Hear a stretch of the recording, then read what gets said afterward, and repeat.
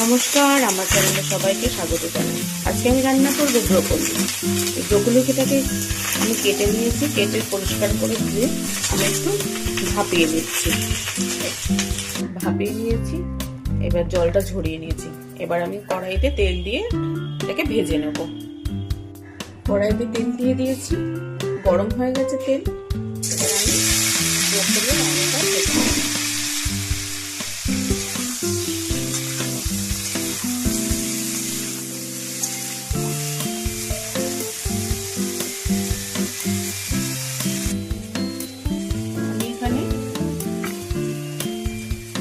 সামান্য কাজু, মগজ আর একটু পোস্ত নিয়ে নিচ্ছি। শুকনো ভাবে একটু ঘুরিয়ে নেবো আমি মিক্সিতে। হয়ে গেছে, এটাকে আমি ঘুরে নিলাম।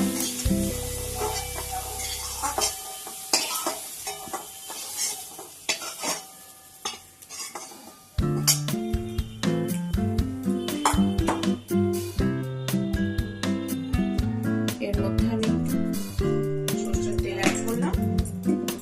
পুরো ভিডিওটা দেখতে হবে, না হলে আমি কি দিচ্ছি আপনারা বুঝতে পারবেন না। একটা শুকনো লঙ্কা, একটা তেজপাতা, সামান্য জিরে, আর আমি এই মশলার মধ্যে মশলা করবো। 4টা কাঁচা লঙ্কা নিয়েছি, আদা কুচি নিয়েছি, টমেটো দিলাম,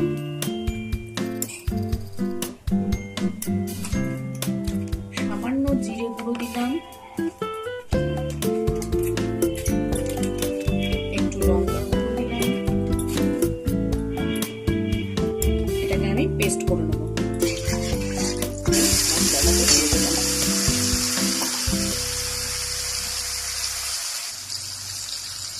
মশলা ধোয়া জলটা দিলাম।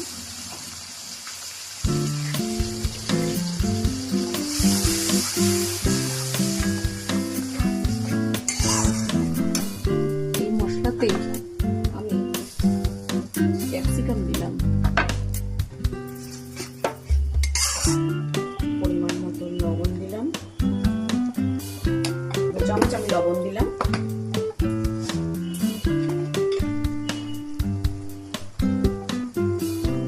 এক চামচ মতো হলুদ দিলাম,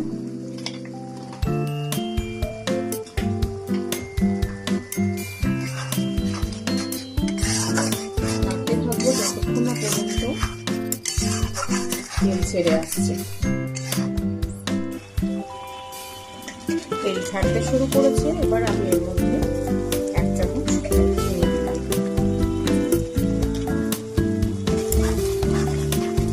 ব্রোকলিতে একটু পোস্ত বাটা দিতেই হয়।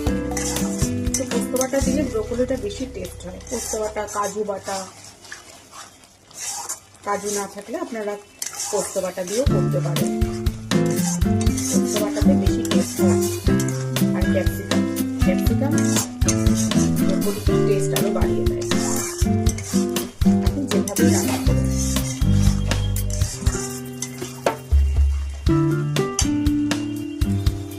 আমি কটা পনির অ্যাড করবো এর মধ্যে, সামান্য পনির দিয়ে দিলাম।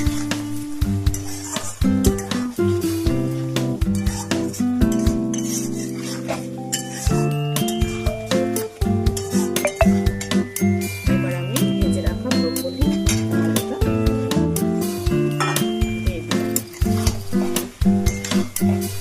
হালকা গরম জল করবো। এর মধ্যে আমি সামান্য গরম জল অ্যাড করলাম।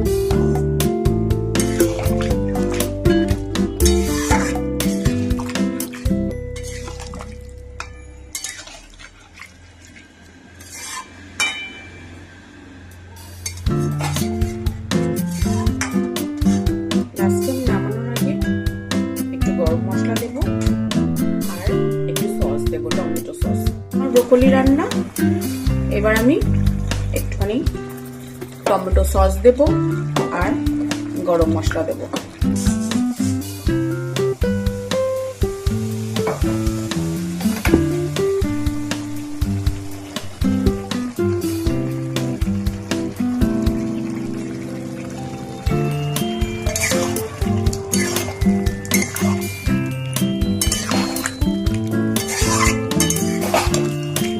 এটা খুব স্বাস্থ্যকর খাবার। এটা খেলে অনেক রকম ভাবে রান্না করা যায় ব্রোকলি। এটা খেলে শরীর ভীষণ ভালো থাকে। হয়ে গেছে আমার ব্রোকলি রান্না। ব্রোকলি কাছে তাহলে আমি নিত্য নতুন ভিডিও নিয়ে আপনাদের কাছে চলে আসবো।